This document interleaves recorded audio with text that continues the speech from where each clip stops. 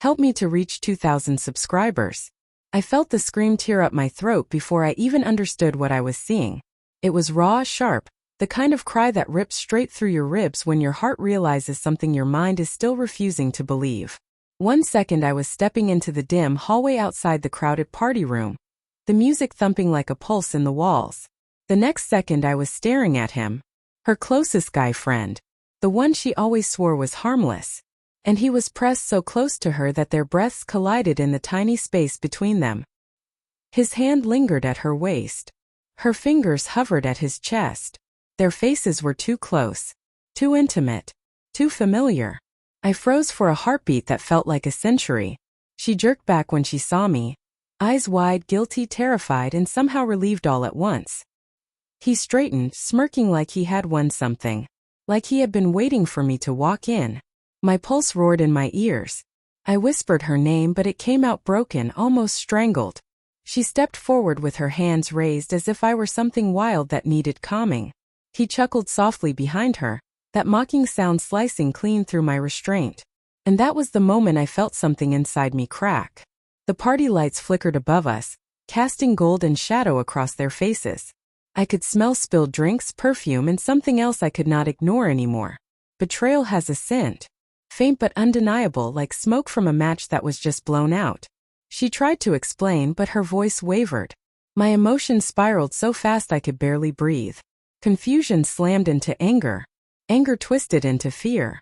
Fear melted into a nauseating swirl of guilt and denial. Because part of me still wanted to believe her. Part of me wanted to run to her, hold her, protect her, and pretend nothing here was real. But reality had already punched me in the throat. He stepped closer, lifting his chin at me, his voice dripping with amusement. He asked if I was lost, if I needed help finding the kids' area. The insults were childish, but the intention behind them was brutal. He wanted to belittle me in front of her. He wanted to take something that was mine. She told him to stop, but her tone held no force, no anger, no loyalty, only panic. And that was when my rage settled into something calm, too calm. I moved toward him, every step measured. I could hear my heartbeat again, steady and cold. His smirk flickered when he saw the look in my eyes. A moment later I had him pinned against the wall with one hand locked around his collar. Not hurting him, not choking him, just holding him there with a strength he clearly did not expect. I spoke quietly, almost gently, but my words were sharp enough to bleed the air between us. I told him I was done playing nice. I told him respect was the last thing he would lose tonight if he kept pushing. The hallway went silent. Even the party music felt distant now. He swallowed hard. His bravado shattered like thin glass. He tried to shove me away, but when he felt the unmoving resistance in my arm, something inside him wilted. I watched the mockery drain from his expression.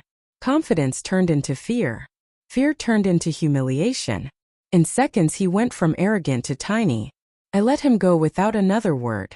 He stumbled. She gasped. And the silence that followed was louder than any scream. She rushed to me, grabbing my arm, her voice trembling. She said it was not what it looked like. She said she was only talking. She said he made the move.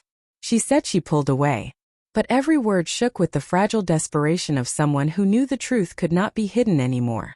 I looked into her eyes and saw everything she was trying to bury. Every late night she brushed off. Every whispered notification she hid. Every shift in her tone when she said his name. The story was already written in her guilt. I walked past her, but she caught my wrist again. Her voice cracked, begging me to listen, begging me to not leave, begging for a chance she had already lost long before this night.